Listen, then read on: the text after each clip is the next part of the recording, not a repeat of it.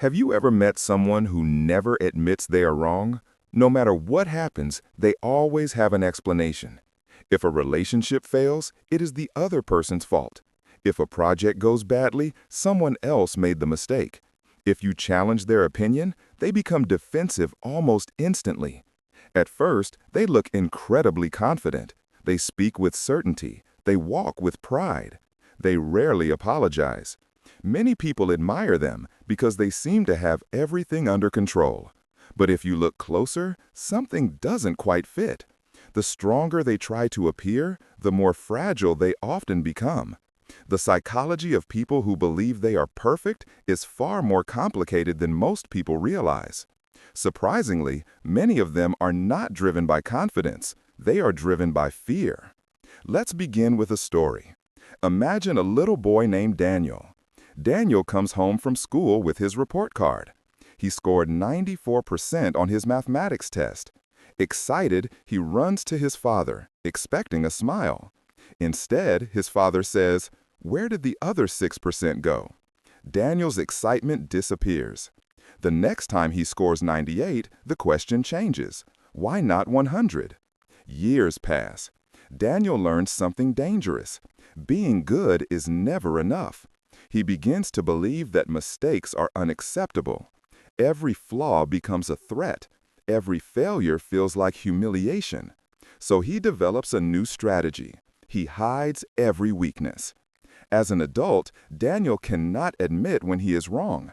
Not because he enjoys lying, not because he wants to hurt others, but because admitting imperfection feels like losing his value as a person. This story may sound familiar, because many adults still carry the invisible voices of their childhood. And that brings us to the first psychological truth. Many people who act perfect are protecting a wounded self-esteem. This sounds strange. How can someone who looks so confident secretly feel insecure? Because confidence and superiority are not the same thing. Healthy confidence says, "I know my strengths, but I also have weaknesses."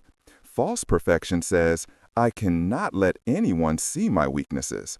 There is a huge difference.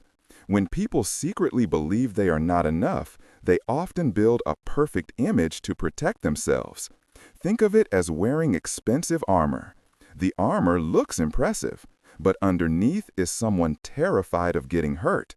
This explains why some people react so strongly to small criticism. A simple comment becomes an attack. A suggestion feels like an insult. Their mind is not defending an opinion, it is defending their identity. Here's something worth thinking about. If someone truly believed they were enough, would they need to prove it every single day? Probably not. The need to appear perfect often begins in childhood. Children are not born believing mistakes are shameful. They learn it. Some grow up in homes where love feels conditional. Praise only comes after success. Affection follows achievement. Failure brings disappointment. Slowly, the child connects worth with performance. I am loved when I succeed. I am accepted when I am perfect. Years later, those lessons become invisible rules. Adults continue chasing perfection even when nobody expects it anymore. The child grows older. The fear stays the same. Now imagine carrying that burden for decades. Every conversation becomes a test. Every workplace becomes a competition. Every friendship becomes another stage where mistakes must never appear. That sounds exhausting, because it is. Perfection can become an addiction. Think about the feeling after receiving praise.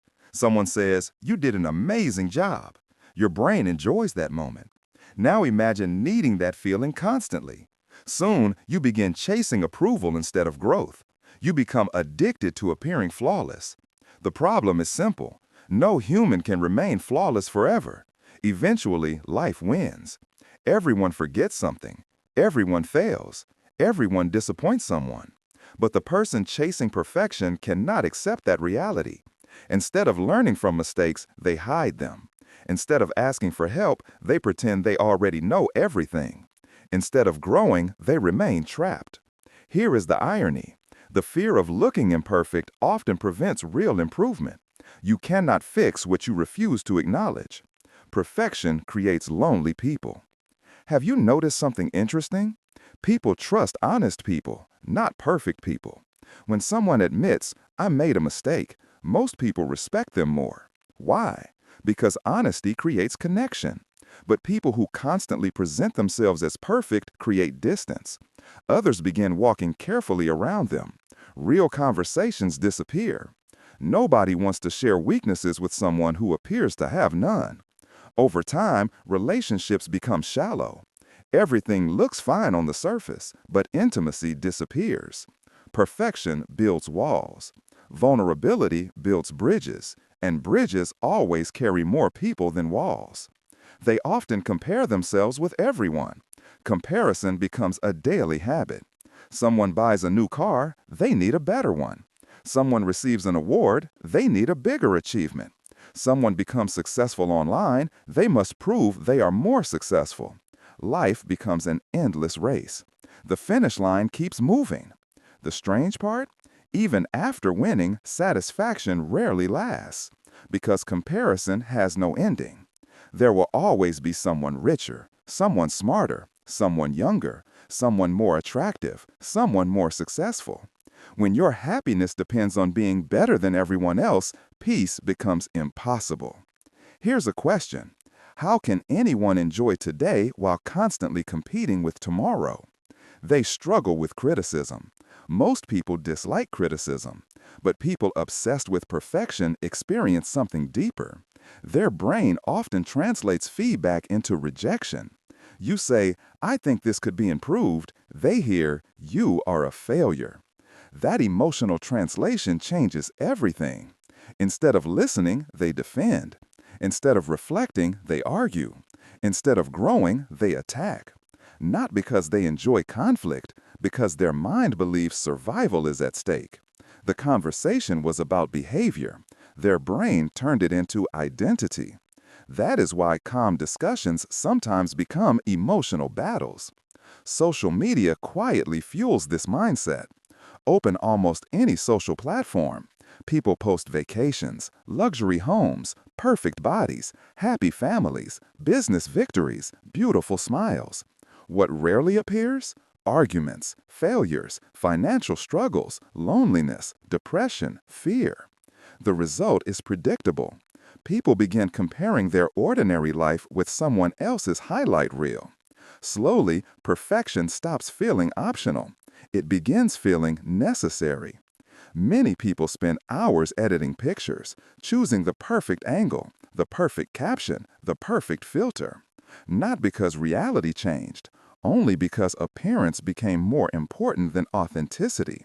The danger is subtle. Eventually, they stop asking, "Am I happy?" They start asking, "Do I look successful?" Those are two completely different questions. The fear of failure controls their decisions. Imagine wanting to start a business, but you wait, not because you lack ideas, because you fear failing publicly. Imagine wanting to write a book, but you never begin, not because you lack talent, because the first draft won't be perfect. Imagine wanting to fall in love, but you avoid commitment, because rejection would damage your image. Perfection doesn't simply limit achievement, it delays life itself. Some dreams never die because they were impossible. They die because someone waited too long for perfect conditions, and perfect conditions never arrived. The biggest victim is often the person themselves. Many assume perfectionists enjoy their lifestyle. Often they don't.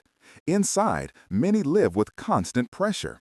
Every conversation must go well. Every presentation must impress. Every decision must be correct. Every mistake becomes proof they are not enough. Imagine carrying that pressure every single day. No weekends from it, no holidays, no vacation. The world sees confidence. The person feels constant tension. That gap between appearance and reality becomes emotionally exhausting. Healing begins with one simple realization. You were never supposed to be perfect. You were supposed to be human. Humans forget birthdays. Humans burn dinner. Humans lose opportunities. Humans say the wrong thing. Humans make poor decisions. Humans learn. Growth has never required perfection, only honesty. When people finally accept this truth, something beautiful happens. They stop performing. They start living. They stop pretending. They start connecting. They stop chasing approval. They begin discovering themselves. That journey is uncomfortable, but it is also incredibly freeing. Think again about Daniel. For years, he believed mistakes made him less valuable. Then one day, his daughter came home from school. She had failed an important test. She stood quietly, expecting disappointment. Daniel looked at her frightened face. For the first time, he saw himself as a child. He smiled gently. Then he said something he had never heard growing up. "It's okay. We'll learn from this together." In that moment, something changed. Not only in his daughter, but in him. Because healing often begins the moment we stop passing our fears to someone else. Maybe perfection was never the goal. Maybe becoming real was.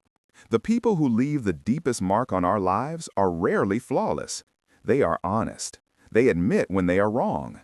They laugh at themselves. They apologize. They forgive. They grow. And somehow, those imperfect people become unforgettable. So the next time you meet someone who insists they are always right, always successful, always in control, remember this. You may not be looking at someone who believes they are perfect. You may be looking at someone who has spent their entire life afraid of being seen as imperfect. There is a difference, a very important difference, because perfection builds an image. Authenticity builds a life. And in the end, people rarely remember those who seemed perfect. They remember those who had the courage to be real.